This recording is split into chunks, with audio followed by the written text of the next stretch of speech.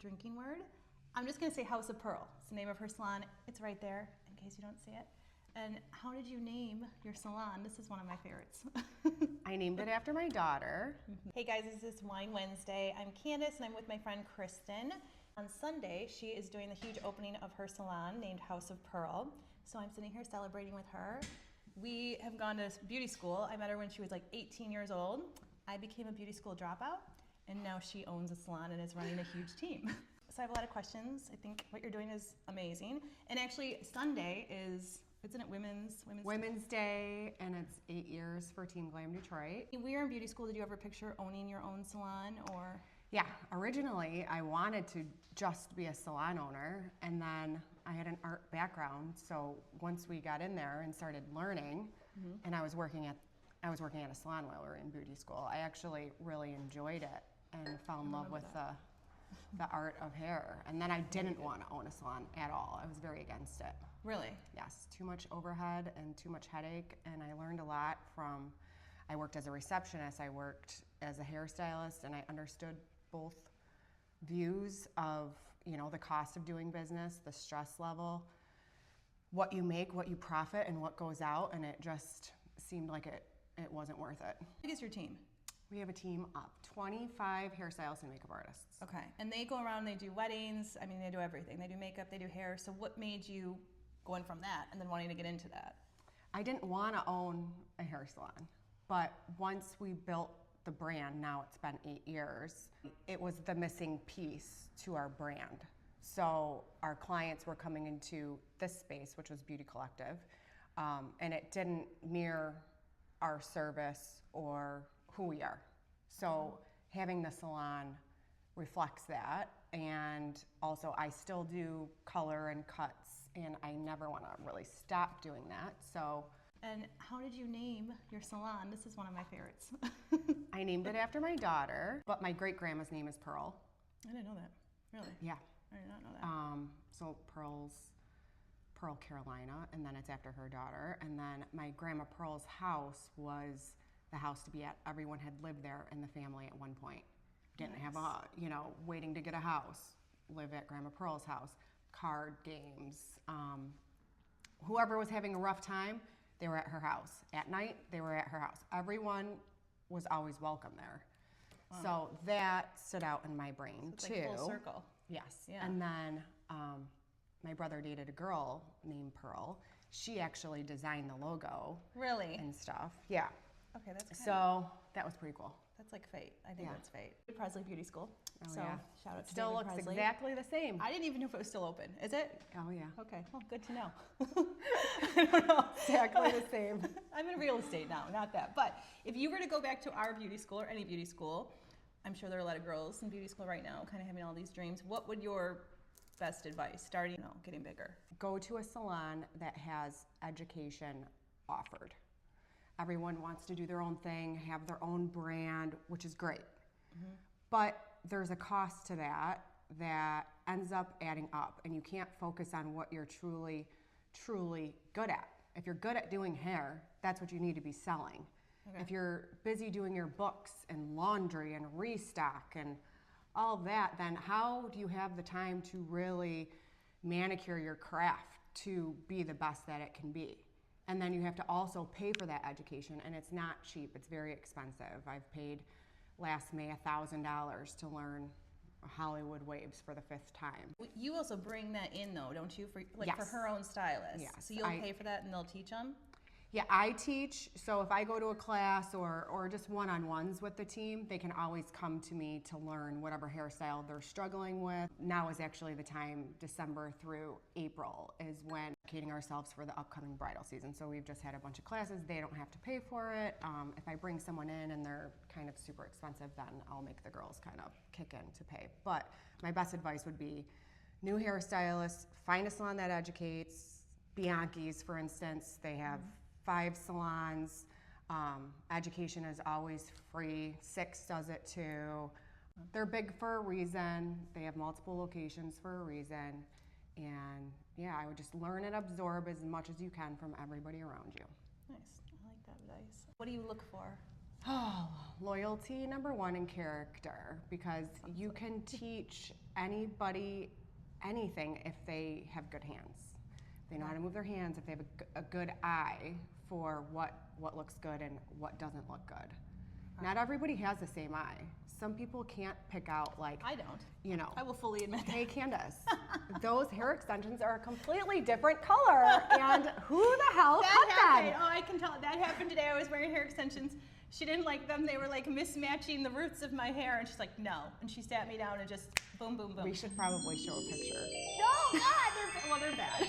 They are bad. That's why she's a beauty school dropout. Hey, I own it. It's And okay. she's in real estate I now. like real estate. I go with houses. And people. You're a good people person. I like people. Annie, oh no.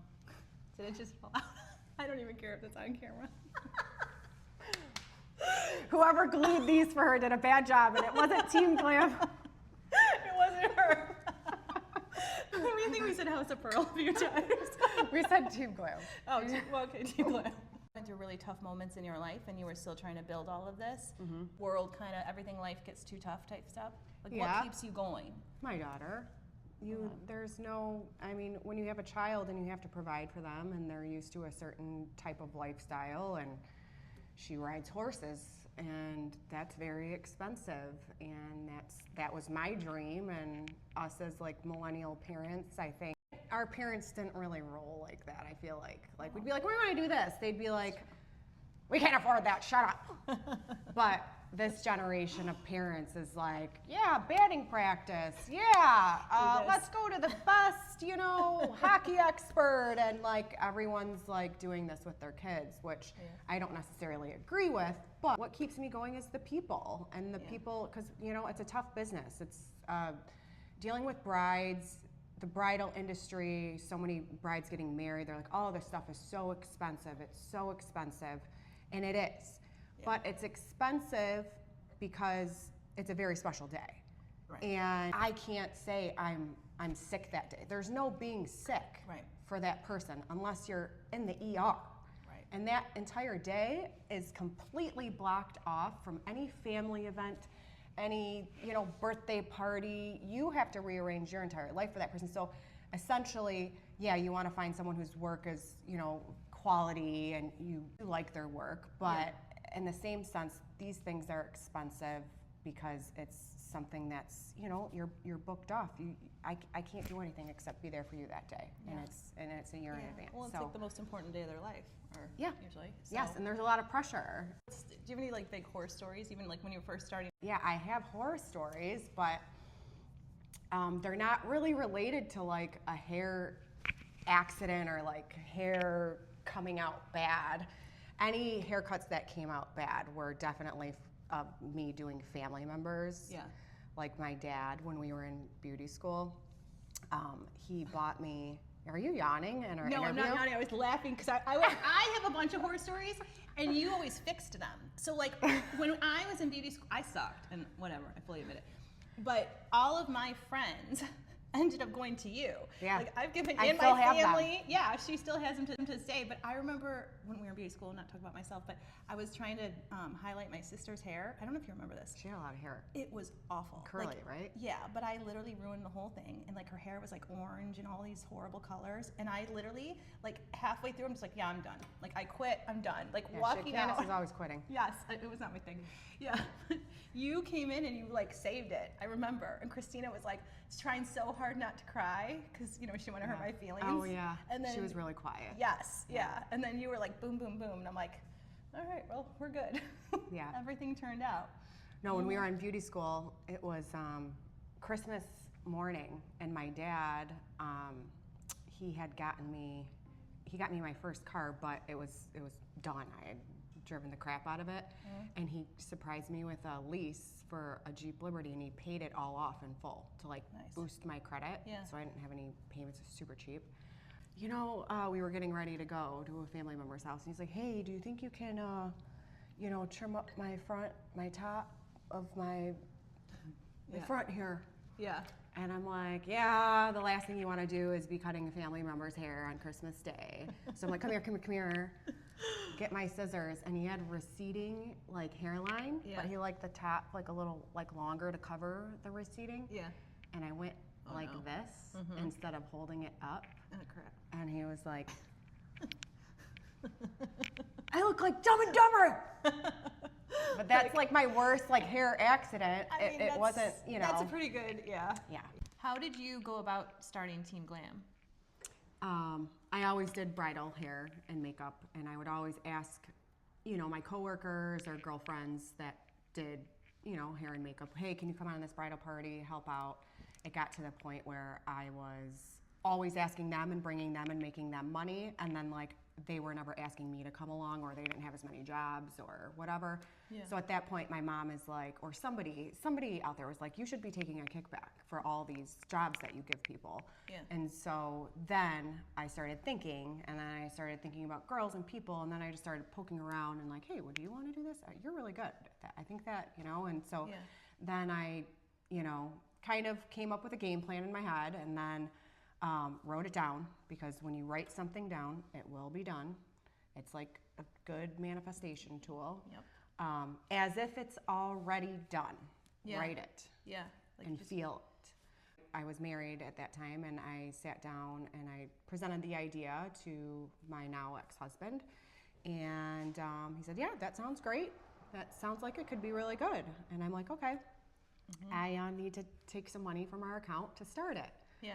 And then he was like, well, you know, what would that be teaching you if I just gave you the money?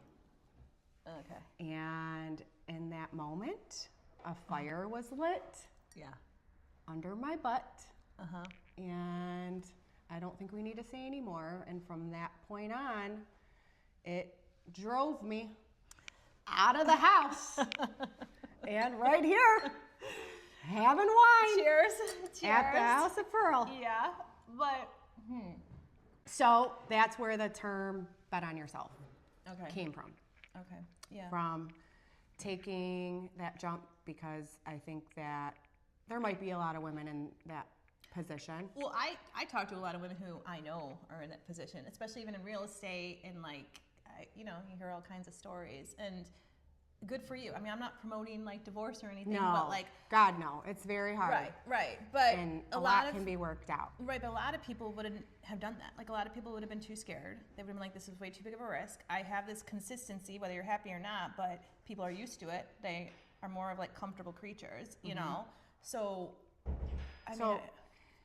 But I had a daughter, and these types of things go down the line. So it went down my line, right? Yeah. My mom stuck around. Yeah. And my grandma stuck around, and I knew that. So I want my daughter one day to have it all and be treated a certain way, and that was not a good example. I could have stayed forever, but I don't want her to, you know, do that. So I like that. that's, you know. Okay. But getting pushed to get to that point is the hard part of jumping, you know? Yeah. But so if there's anyone that's thinking about it. And I have to say, too, the girls of Team Glam that were with me during that time, they saved me. They were like your support system. They saved me. Yeah. If it wasn't for them, no. I owe a lot to them. I love that. Yeah. All right, I'm just gonna ask a few more questions, and then we can drink wine, not in front of the camera. I can drink wine other places, but anyways, I'm gonna ask them, hey, what's Kristen's leadership style? What do you think they would say? I'm too blunt sometimes. I like that though. She needs to work on her deliveries, which I am. I'm a fast person. And in this business, you kind of have to think fast, pivot fast. And it's true for a lot of businesses and stuff. But like these brides are like, you know, want it done. You just feel so much pressure. So when I put something out, you know, it's sometimes very critical. Yeah. But in order to realize for that person to understand what is wrong with this or that or, you know, this, sometimes it's better to just say it, get their feelings hurt a little bit, but I wouldn't say it to them if I didn't think that they could handle like it. my extensions. Or, Hey, I'm good. I mean, I'm fine. I like these ones better. but let me help you. Let me show you. Get to